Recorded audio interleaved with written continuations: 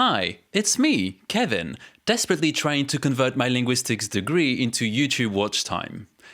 Anyway. You know that feeling when you're speaking a language and mid-sentence your brain switches languages without consulting you first? I know, that's so rude. That's what we usually call mixing languages, or in linguistics terms, code switching. Let me give you some examples. I told him I was fine, alors que genre, pas du tout. We were walking around and I was like, konohen mecha shizuka da ne. Dude, I looked at the bill e pensei, isto não pode estar certo. It sounds cool, right? I mean, I think it does. But monolinguals aren't always convinced, and that's why I've gathered you here today. Because surprisingly enough, not that long ago, code switching wasn't the flex YouTube polyglots make it out to be. It was actually seen as a sign of linguistic confusion, low education, and poor intelligence. Fun times. But don't worry, it's way less stigmatized now, even though the side-eye hasn't completely disappeared. Which is frustrating because there's now broad consensus in linguistics that code switching was never a problem to begin with. It's actually proof of just how fluid our brains can be. In this video, we'll go over why language mixing was frowned upon, the way it works, and how it's made a comeback in recent decades. Sort of. Part 1. The stigma around code switching. Back in the 1950s and 60s, linguists and psychologists often saw bilinguals as two monolinguals in one person. That might sound like a neutral statement, but in context it implied that code switching was unnatural or even flawed. It's like they believed bilinguals needed to keep their languages socially distanced at all times. Are COVID jokes still funny in 2025? As a result, it was seen as a lack of control, like the speaker couldn't keep their languages apart. In 1956, linguist Einar Haugen reinforced this view by describing bilingual mixing as an interference that was undesirable to purists. He wasn't necessarily condemning it himself, but rather reflecting how the purists of his time saw it, a deviation from linguistic purity. And if you'd like a video on linguistic purity, let me know.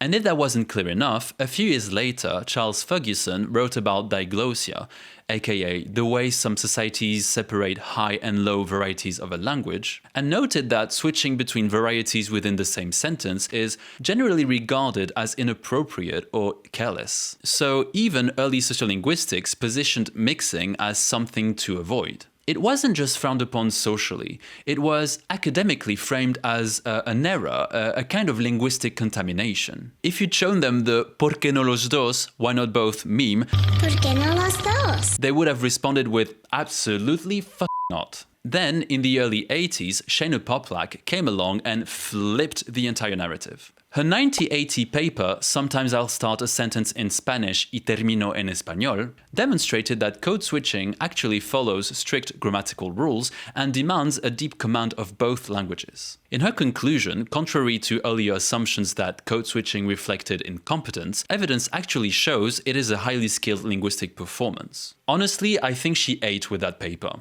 At this point, we might as well call her Mother Poplack. Of course, as you can imagine, many more linguistic studies since then have supported her claim. Part 2. Why we actually do it. Whether you're a native bilingual like me, whose brain has never known peace, or you added another language later in life, science agrees. Code switching isn't laziness. We do it for so many reasons, and for this video I chose only 4 because apparently I respect your time. First, we have identity. We switch languages to match who we're talking to or how we want to be perceived. For example, mixing languages with family or friends isn't confusion, it's connection. It's a way of saying, this is who I am with you. Each language brings out a slightly different side of us, our humor, our emotions, or even our confidence. This might actually be why sometimes bilinguals report feeling like a different person when they speak another language. Number 2, emotion.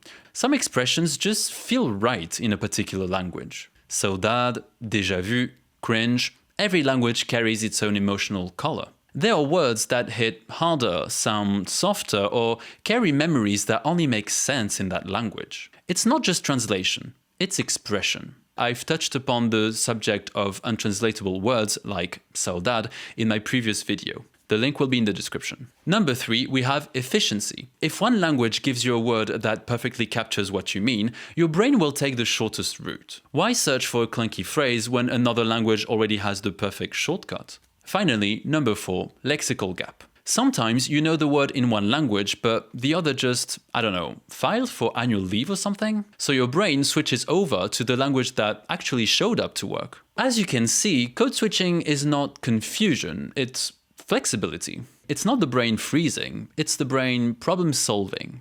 One psycholinguistic study by Anne L.B.T. Martinez even described code switching as part of a bilingual toolkit. Both languages stay active at all times, and the brain simply picks whichever tool is fastest or most precise for the moment.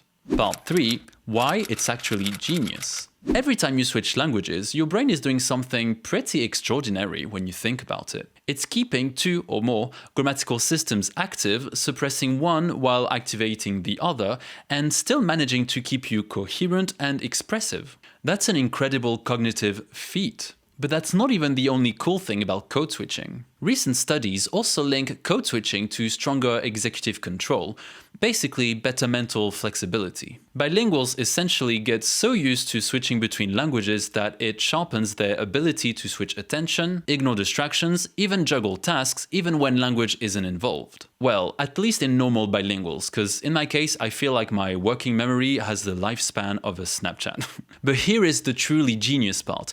Code switching is not random. Studies show that switches happen at predictable points, places where both languages line up grammatically. In fact, linguist Carol Myers-Cotton, aka Mother Number 2, formalized this in what's called the matrix language frame model. It sounds kind of complicated when you hear it, but the concept is actually kind of simple. According to her research, one language provides the grammatical backbone, the matrix language, while the other, the embedded language, slips in words or phrases that fit within that structure. So the speakers are not lost between languages, they are actually navigating 2 systems simultaneously, perfectly aware of how both operate. To me, it suggests that code switching seems to be proof of mastery, not confusion. And fun fact, my master's dissertation was on this very topic. And if you want to watch a video I made about it a few years ago, I will put the link in the description box below.